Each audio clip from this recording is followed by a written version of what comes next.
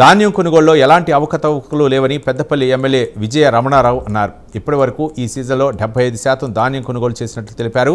మాజీ ఎమ్మెల్యే దాసరి మనోహర్ రెడ్డి సోయి లేకుండా మాట్లాడుతున్నారని ఎద్దేవా చేశారు. గతంలో వారు అధికారంలో ఉన్నప్పుడు ఒక్కో రైతు నుంచి క్వింటాలకు 8 నుంచి 10 కిలోల వరకు తరుగు తీశారని మండిపడ్డారు.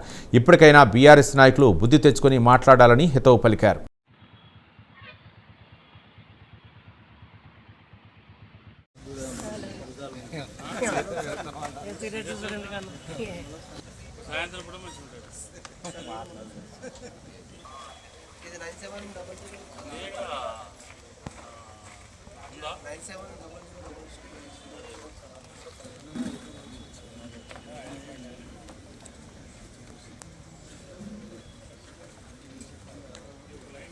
రమేష్ మన పి రమేష్ అది డిఎం ఇచ్చిన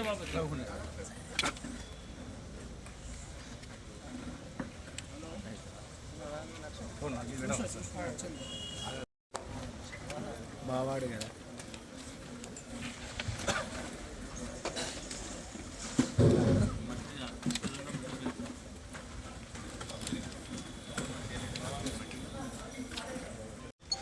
నియోజకవర్గం ప్రతిపక్ష నాయకునిగా 10 ఏళ్ళు ఎమ్మెల్యే చేసిన మాజీ ఎమ్మెల్యేగా నువ్వు మాకు సూచన స్వీకరిస్తావు తప్పకుండా. ఫలానా దగ్గర తప్పు జరుగుతుందండి, కానీ నువ్వు అటుగానే తీసుకొచ్చి మా మీద రౌతులు ఎత్తావు, అటుగానే దుబ్బపోతావు. నువ్వు చేసిన లంగ పనికి, నువ్వు చేసిన దొంగ పనికి అసలు ఈ నియోజకవర్గంలో కటింగ్ ఆచరణ నువ్వు కదా. 2009-14 ఎమ్మెల్యే కటింగ్ ఎక్కడిది? 2004-9 ముగ్గుదరెడ్డి ఎమ్మెల్యే, 2004 నుంచి 2009 వరకు ముగ్గుదరెడ్డి ఎమ్మెల్యే కటింగ్ ఎక్కడిది? ఇక్కడ ఇవి ప్రారంభమైనవి, వాటి సంటలు ప్రారంభమైనవి ముకుందరెడ్డి గారు ఎమ్మెల్యే ఉన్నప్పుడు. 2006-7-8 సంవత్సరంలో ఐకేపీ సెంటర్ స్టార్ట్ అయ్యింది రాజశేఖర్ ముఖ్యమంత్రి ఉన్నప్పుడు. 2009 నేను ఎమ్మెల్యే ఉన్నప్పుడు 2010-11 సింగిల్ విండో సెంటర్ ద్వారా ప్యాడీ ప్రొక్యూర్మెంట్ స్టార్ట్ అయింది. అసలు కటింగ్ ఎక్కడిది? కటింగ్ చేసేవాడు ఎవడు? నేను అడిగేటోడు ఎవడు? ఈ కటింగ్ ఆచమే నువ్వు కదా.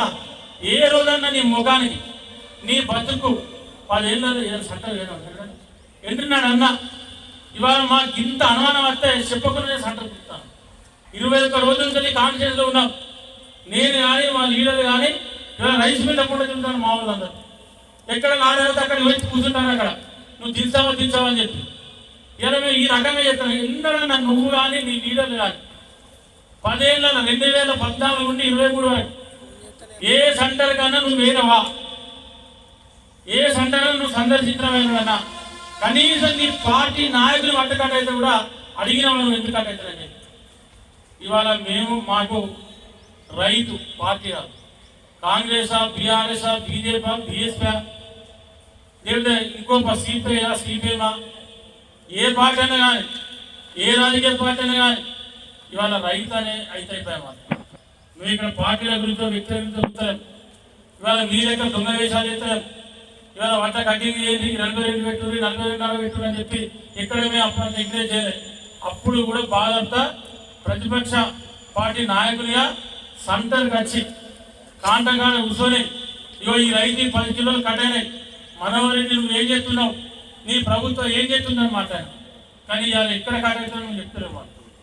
ఇవాళ ఇంకోటి అన్నావు, మబ్బులు ఉరికొస్తానే వానవాడు చెప్తాను. ఇప్పుడు మళ్ళీ చెప్తున్నా, వర్షం పడ్డా, రంగు మారినా, మొలకొచ్చినా, ముక్కిపోయినా ఒక గింజ కూడా దించిపించే బాధ్యత దించిపోతే ఒక్క రోజు కూడా ఎమ్మెల్యే పని గుర్తుపెట్టుకోను. ఏ ఒక్క రైతు వడ్డీ అనగా కళ్ళంలో ఉంటే ఏ ఒక్క రోజు విజయనగరం అంటాడు ఎమ్మెల్యే కొనసాగడం నియోజకవర్గం. నీ లెక్క దొంగ పనులు, లంగ పనులు, లుచ్చ పనులు ఏమే మాకు ఆ లుచ్చ పనులు చేయాల్సిన అవసరం లేదు. అటువంటి బతకడం కాదు. మేము ఏం చేసినా పారదర్శకంగా ఉంటుంది. ఏది చేసినా కూడా ఒక పద్ధతి ఉంటుంది. ఆనాడు అప్పలపేట ఏం చేసినావు? అప్పలపేట ఏం చేసినావు? రైతులు తరుగుతే చెప్పులు తీసుకుంటూ దొరికినాం. రైతులు తరుగుతే చెప్పులు తీసిపెట్టి అక్కడ దొరికినాం. ఈ కటింగ్ ఏంటంటే కానీ వాళ్ళ అక్కడ వడ్డు ఊతలేవన్నా ఏదైనా చిన్న ప్రాబ్లం ఉన్నా ఈ విద్యను అనేటోడు రైతుల పక్షం పోయి కూర్చొని మాట్లాడతారు. 100 మంది రైతులు ఉంటే ఆ మధ్యలో ధైర్యంగా దమ్ముతోని ధైర్యంతో కూర్చొని మాట్లాడుతున్నాం. ఇవాళ మీరు ఆనాడు మక్కలు కూడా మీరు కొనలే, మక్కలు కూడా మీరు ఆడ కొనలే. మీరు ఏం చేశారు మీ హయాంలో మక్కల కేంద్రాలల్లో? మరి మొక్కజొన్న కేంద్రాలు ఇవో ఇక్కడ ఉంది. 2023 మే 11 నువ్వు పేపర్ కటింగ్ చూస్తే నేను చూస్తాను మొక్కజొన్నకు కేంద్రాలు ఏంటి. 10 ఏళ్ళు మీ ప్రభుత్వంలో మీ బతుకు మీ ముఖ్యమంత్రి అప్పటి ముఖ్యమంత్రి కానీ మీరు కానీ ఎన్నడైనా మక్కలు మార్పేదారు మక్కలు ఉన్నారా? ఎన్నడైనా మార్పేదారు మక్కలు ఉన్నారా? ఇవాళ మా ప్రభుత్వం ముఖ్యమంత్రి రేవంత్ రెడ్డి గారి నాయకత్వంలో ఇవాళ మార్కెట్ సెంటర్ని ఇనాగ్రేషన్ చేసి ఇవాళ మక్కలు కొనుగోలు చేస్తాము. ఇంకా నిన్న నువ్వు ఒక అక్షరాల మాట మాట్లాడినావు. ఏమంటాను అంటే గండి సంచులు తెచ్చుకోమని చెప్తాను. తెచ్చుకోమంటారు, ఇప్పుడు చెప్తున్నారు. మీ ద్వారా కూడా చెప్తున్నారు, ఇతరులకు మీ ద్వారా కూడా గండి సంచులు తెచ్చుకోవాలని చెప్తున్నాం. ఇవాళ ప్రభుత్వం ఏ రైతు గండి సంచులు తెచ్చుకున్నా, ఏ రైతులు గండి సంచులు తీసుకొచ్చుకున్నా మీ మక్కల డబ్బులతో పాటు మీ సంచికి 21 రూపాయలు ఇవాళ ప్రభుత్వం మీ ఖాతాలలో జమ చేయబోతా ఉంది. ఇదే చెప్తా ఉన్నాం. ఎందుకంటే ప్రభుత్వం వర్షం పడితే మా వడ్లు తడిసినా కూడా ప్రాబ్లం రాదు, కానీ మక్కలు తడితే పుచ్చిపోతాయి, ఫంగస్ పూదవుతుంది, తర్వాత మక్క నల్లబడుతుంది, మక్క మురిగిపోతుంది.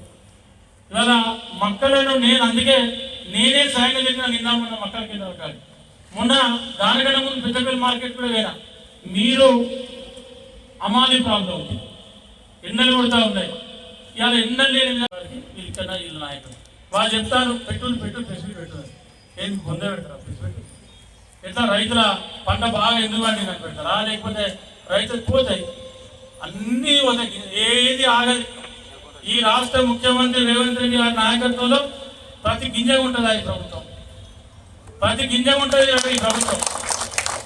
అసలు కొనకుండా ఉండదు, ప్రతి గింజ తీసుకుంటుంది.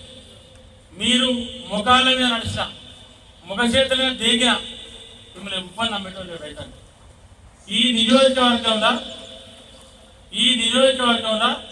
మొన్నటి వరకు ఇవాళ సన్నమడ్డ బోనస్ కానీ, రైతు భరోసా కానీ, రైతు రుణమాఫీ కానీ 682 కోట్ల రూపాయలు, 682 కోట్ల రూపాయలు పెద్దపల్లి నియోజకవర్గంలో రైతుల ఖాతాలలో ఇవాళ డబ్బులు ఉన్నాయి. 682 కోట్లు. మనోహర్ రెడ్డి గారు మీకు నిజంగానే దమ్ము ధైర్యం ఉంటే రేపు నీ ఊరికే వడ్డ కటింగ్ వస్తామని అంటానా, ఆడికే ఈ లెక్కల్లో పట్టుకోరారు, నాకేం అభ్యంతరం లేదు.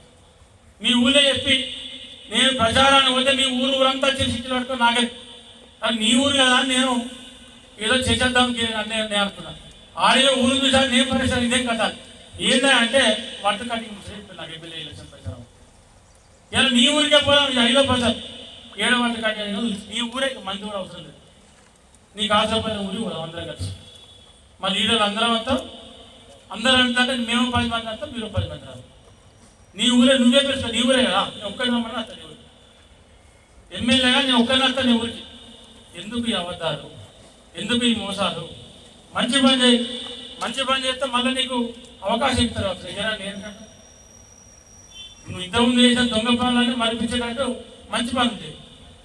నువ్వు గతంలో చేసిన కదా ఇసుక దందా, మట్టి దందా, వడ్డ కటింగ్ దందా, ఇవన్నీ చేసిన నువ్వే కదా. మల్లికార్జున స్వామి దేవాలయాన్ని ప్రమాణం చేద్దాం రావాలంటే పోలీసులు ఇంట్లో పెట్టుకుని పనులు నువ్వే కదా. నేను మల్లికార్జున స్వామి దేవుడి మీద ప్రమాణం చేసినా, నేనేం తప్పు చేస్తా? నువ్వు తలకాయ మీద కాలు మీద తప్పని చేసినా ఏ మట్టి దగ్గర పైసలు తీసుకొని, ఏ ఇసుకొని దగ్గర పైసలు తీసుకో. ఇవాళ ఆనాడు 3400 రూపాయలు 3500 పెట్టి నువ్వు ఇక్కడ పెద్ద పిల్లలు తీసుకోబడితే ఇవాళ 1400 తీసుకొస్తాను. ఆనాడు జానడి కిందకి తీసుకెళ్తే ఆ జానడి కింద దీనికి ఏం సమాధానం చెప్తావు? దీనికి ఏం సమాధానం చెప్తావు? ఇవి ఆగని ఇసుకద్దాం దాన్ని న్యాయంలో. ఇవాళ వానకాలం ఇల్లు కట్టుకుంటే 5000 ఇస్తాం పెద్ద పిల్లలు కడితే. ఇవాళ 14-15 వానకాలం అయినా ఎండాకాలం అయినా చలికాలం అయినా ఇలా 1400-1500 తీసుకొస్తాను. అంటే ఒక్కసారి ఇలా అక్రమార్గం బట్టి ఈ చెరువు మట్టికి ఆశ్చర్యం కదా. 2009-14 నేను ఎమ్మెల్యే ఉన్నా. నాకన్నా ముందు ముగ్గురు ఎమ్మెల్యే ఉన్నాడు. 2004-9 అంటే 15 ఏళ్ళ కాంగ్రెస్ పార్టీ ఎమ్మెల్యే ఉన్నాడు. మేము ఎమ్మెల్యేలు ఉండగా ఇసుక బట్టీలు ఉన్నాయి. కానీ మట్టి ఎవరు అడగదు. దాని మట్టిని ఏం చేశాను అంటే మనం ఎక్కడైనా అత్త చీ కుక్క అంటాం ఇట్లా, ఏదైనా కుక్క అయినా చీ కుక్క, గచ్చి కుక్క చీ కుక్క అంటాం. నువ్వు మట్టిని ఏం చేసినావు అంటే వాళ్ళు మంచిగా తీసుకపోయినా కూడా చీ మట్టిని కాల్చేస్తావు. దానికి ఆచరణ నువ్వు కాదా? ఇవో నీ కాలేజీలో వస్తున్నావు మట్టి, ఇవో ఆయన కాలేజీలో వస్తున్నావు మట్టి. ఈ కాలేజీలో వస్తున్న మట్టి దొంగ అంటారా లేకపోతే దొర అంటారా? ఇవో తిరిగి కాలేజీలో వస్తున్నావు మట్టి. ఇటువంటి దొంగ పని నువ్వు చేసి ఇక మన ఈడ కూడా కుక్క పని మంచిగా కుక్కనే కుక్కలే ఆడ కుక్క కనబడేది, చీ కుక్క అంటే చీ కుక్క అంటే కనబడేది. అంటే ఇక మళ్ళీ కూడా వస్తున్నారు మట్టి. నేను ఎందుకంటాను ఇవన్నీ అంటే ఈ మట్టి దొంగతనం చేసేది నువ్వు, మట్టి అమ్ముకునేది నువ్వు, ఇసుక అమ్ముకునేది నువ్వు, వడ్డ కటింగ్ పెట్టి నువ్వు. కానీ నువ్వు చేసే దొంగ పనులన్నీ మన ప్రయత్నం చేస్తావు. ఇప్పుడు బ్రహ్మాండంగా నేను ఇచ్చాను. నేనేమంటున్నాను, సరే నువ్వు నేను ఇబ్బంది అయితే మనం ఒక 5 విలేకరులు సెలెక్షన్ చేయాలి, నువ్వే సెలెక్షన్ చేయాలి ఇష్టం. మీ లీడర్లు అవుతుంది, నేను అవుతుంది, మొత్తం సంగతి చెప్తాను. ఏడ కటింగ్ అవుతుంది మాకు కూడా మంచిదే కదా. ఈ పలానా కాడ కటింగ్ అయింది, పలానా కాడ 42 కిలోమీటర్లు చెప్తే మేము కూడా దాన్ని ఎక్స్ప్లెయిన్ చేసే ప్రయత్నం చేస్తాం. అని ఇంకా ఇంత చేయంగా కూడా మాకు తెలియకుండా జరుగుతుందా? మేము ఇంత కష్టపడతాం, అందరం ఎటు పోకుండా కడుపు చేతులు పట్టుకొని తిరుగుతాను, గజ గజ వణుకుతాను, ఎప్పుడైపోతుంది ప్యాడీ అని చెప్పి. ఇవాళ మనం ప్యాడీలు వడ్లమ్ముకుంటే 20 రోజులకు నెల రోజులకు డబ్బులు వాళ్ళే. ఇవాళ మా ప్రభుత్వంలో, ప్రజాప్రభుత్వంలో, ముఖ్యమంత్రి రేవంత్ రెడ్డి గారి నాయకత్వంలో ఈరోజు రైతు వడ్లమ్ముకుంటే ఇవాళ వడ్లంతే తెల్లారలేదు మన్నాడు ఎల్లుండి అకౌంట్లో డబ్బులు పడతాము. కావాలంటే మా ప్రెస్ సోదరులకు, మా ఎలక్ట్రానిక్ మీడియా సోదరులకు నా పర్సనల్ విజ్ఞప్తి, మీరు కూడా అడగండి, రైతులు మీరు కూడా చెక్ చేసుకోండి. నేను చెప్పేదాన్ని ఏ ఒక్కటి అబద్ధం ఉన్నా ముక్కు పోయికి రాదు. నేను చెప్పాను ఏ ఒక్కటి అబద్ధం ఉన్నా మీరు కూడా చెక్ చేసుకోండి, మీరు కూడా అడగండి, మీరు కూడా క్రాస్ చెక్ చేసుకోండి. మీరు చెక్ చేసుకొని మా దృష్టికి అన్నాకి ఇట్లా ఉందంటే ఇవాళ దాన్ని మేము సవరించే ప్రయత్నం చేస్తాం, దాన్ని రెక్టిఫై చేసే ప్రయత్నం చేస్తాం. కానీ చెప్పులు ఇడిచిపెట్టి ఉంటాం, చెప్పులు ఇడిచిపెట్టి ఉంటాం. ఎక్కడికి బాధంతా 100 మంది రైతులలో కూర్చుంటాం. ఇవాళ మళ్ళీ మీ ద్వారా నేను చెప్పేదంటే ఇలా ఆనాడు నువ్వు ఎమ్మెల్యే ఉన్నప్పుడు కాలువ నీళ్ళు కూడా రాలేదు, నీళ్ళకు కూడా ప్రతిసారి కూర్చోపడ్డాం. ఇవాళ ధర్నాలు చేసి ఇవాళ కాలువ నీళ్ళు అర్థం అని చెప్పి మాట్లాడారు మమ్మల్ని. అన్నా నీ పుణ్యం ఉంటే నీళ్ళు పనిచేసి రాదని చెప్పి, నీళ్ళు రాదు పని చేయమని చెప్పి అడిగే కాడిస్తాం. నేను అక్కడెక్కడికి పోతే రైతు నాతో అంటూ ఉంటే పంట బాగింది అంటే వెళ్ళి అన్న ఇష్టం నీళ్ళు ఇప్పించి విపరీత అర్థాన్ని కూడా నీళ్ళు ఇస్తాను గీత రైతులు మాట్లాడుకోవాలి. ఇవన్నీ రైతులు మాట్లాడే మాటలు. కానీ మీకు బాధ కానీ మీకు దుఃఖం అవుతుంది. మీ ఏడుపు మామూలు ఏడుపు కాదు.